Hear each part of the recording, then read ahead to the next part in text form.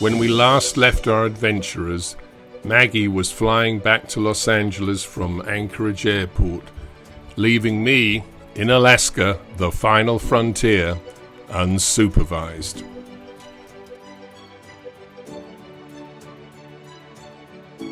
I had a number of housekeeping jobs to take care of, so for the next few days I remained camped at Cabela's while taking care of laundry and bill paying, etc. And after so many miles on bat to get here, I wanted to get his oil changed and the chassis lube job performed. After a recommendation that I visit the local Caterpillar dealer in Anchorage, they took an interest in bat, and despite also having a long backlog, they decided to squeeze bat in anyway. I was extremely grateful.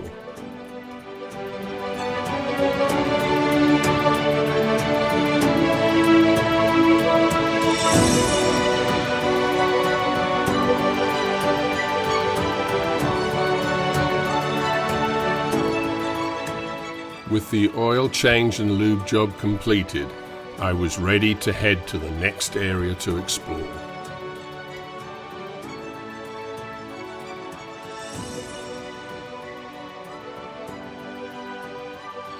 I spent a wet and wild night on this lovely sandy beach before heading back up to meet with Rainer and Elfie, who were camped just a little further south on yet another beach. We enjoyed a wild beach walk together, checked out a noise on Rainer's truck, and then departed again, each heading in our separate directions.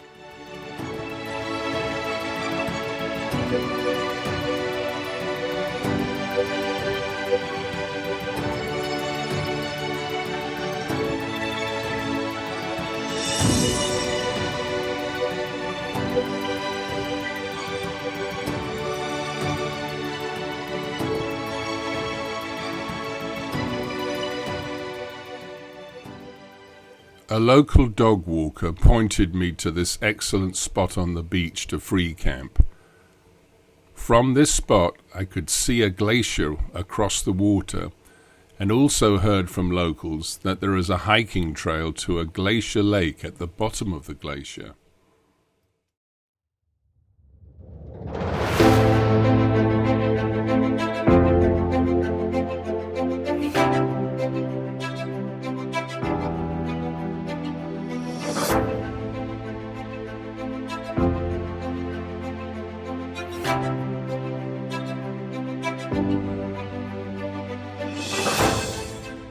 The following morning, I explored Homer and its interesting sand spit. From there, all sorts of tours emanate, including water taxis that take you to the Glacier Spit trailhead. They drop you off and then pick you up at a pre-designated time at the other end of the trail. The following morning, I embarked on the adventure. The hike was really great, and the view from the glacial lake was fantastic.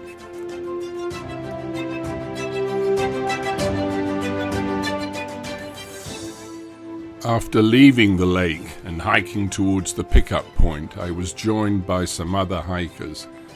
No sooner had this happened than we had a surprise visit from a very curious bear. Every time we backed up, he would follow. And it was not until one of the hikers blasted him with an air horn that he decided that curiosity has its limits. Just keep backing away slowly. Not air horn? No, back away slowly. I don't have to spray him. Hey, bear.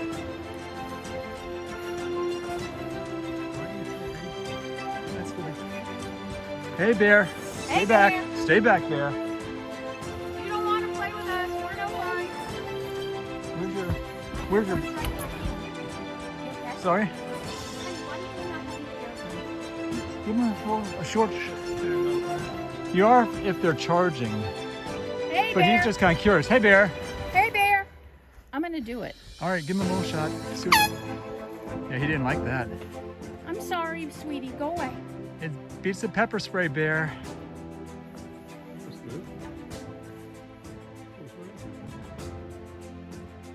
better than the Woo. Yeah. Eventually, we did reach the trailhead pickup point, and we relaxed and waited for our water taxi to arrive.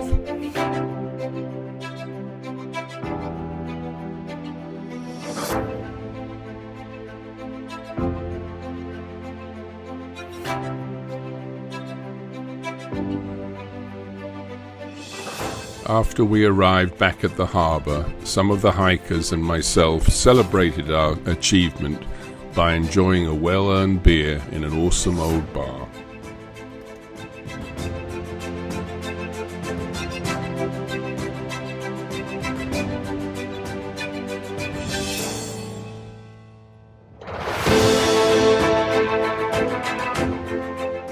A day or so later, I decided to move on to the next place I wanted to explore, Seward, Alaska.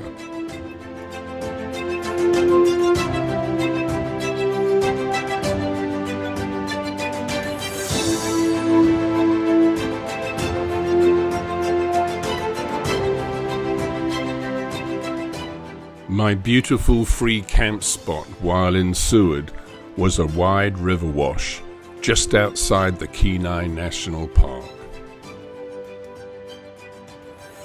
I wanted to explore the Harding ice field, which is located within the Kenai National Park, so parking close by just made sense.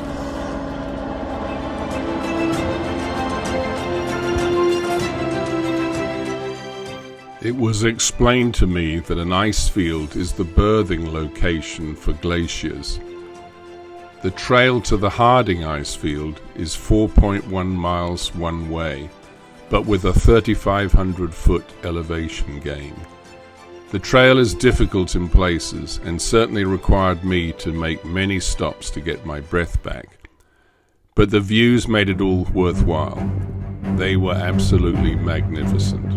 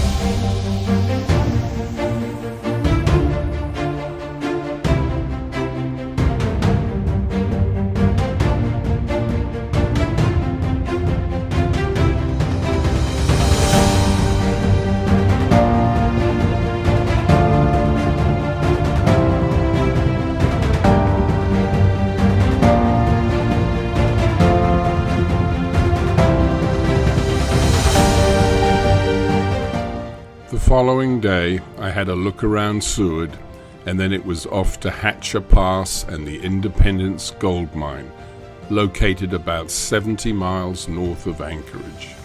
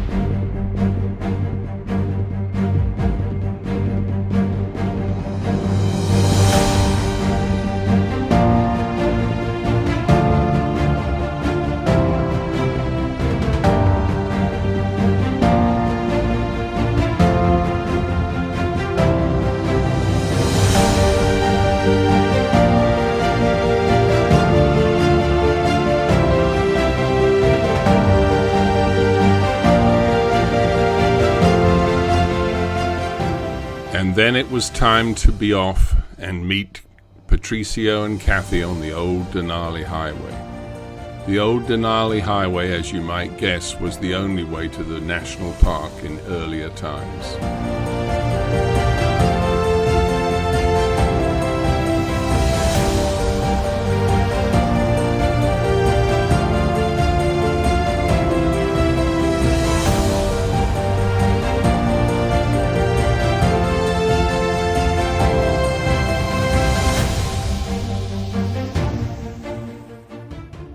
As evening was drawing in, I decided to look for a camp spot. I found this awesome location and just could not stop taking pictures and drone shots. It is so beautiful.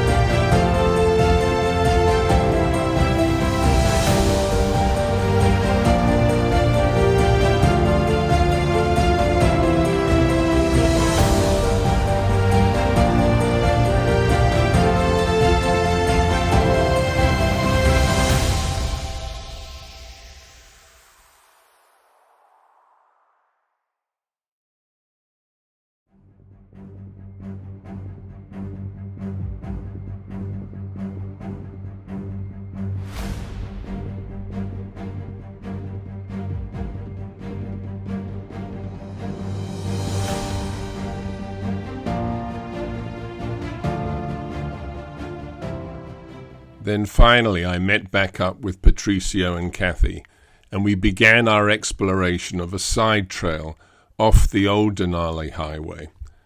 This trail proved to be quite interesting. Paul's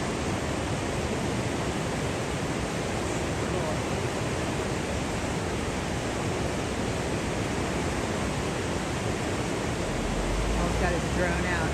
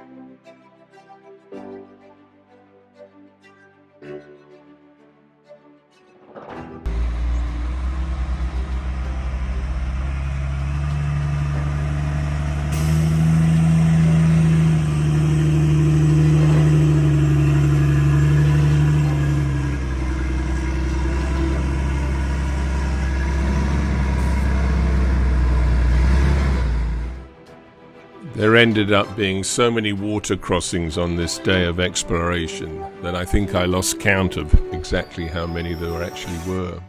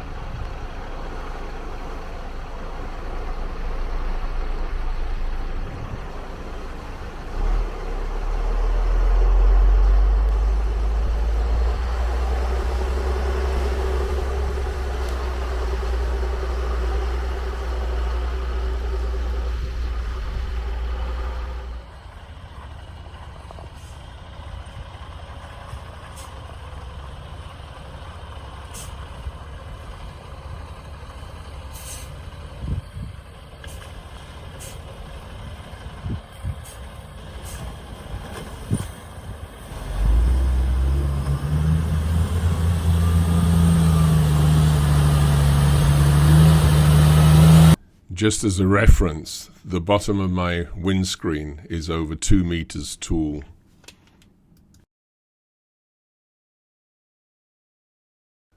After another evening on the trail, it was time for us to part ways. Patricio and Kathy headed west, and I continued my journey east.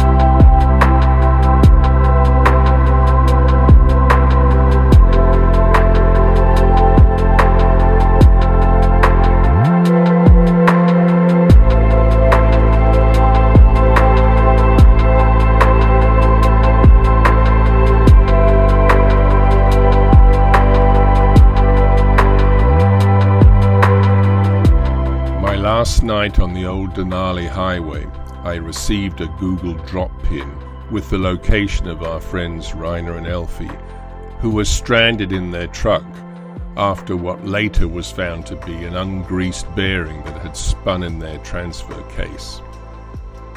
So the following morning I headed out to meet them and render such assistance as they may need while waiting for flatbed transportation back to Anchorage for repairs. And then it was time for me to leave and make my way towards the Wrangell St. Elias National Park. But that, my friends, is the story for another time.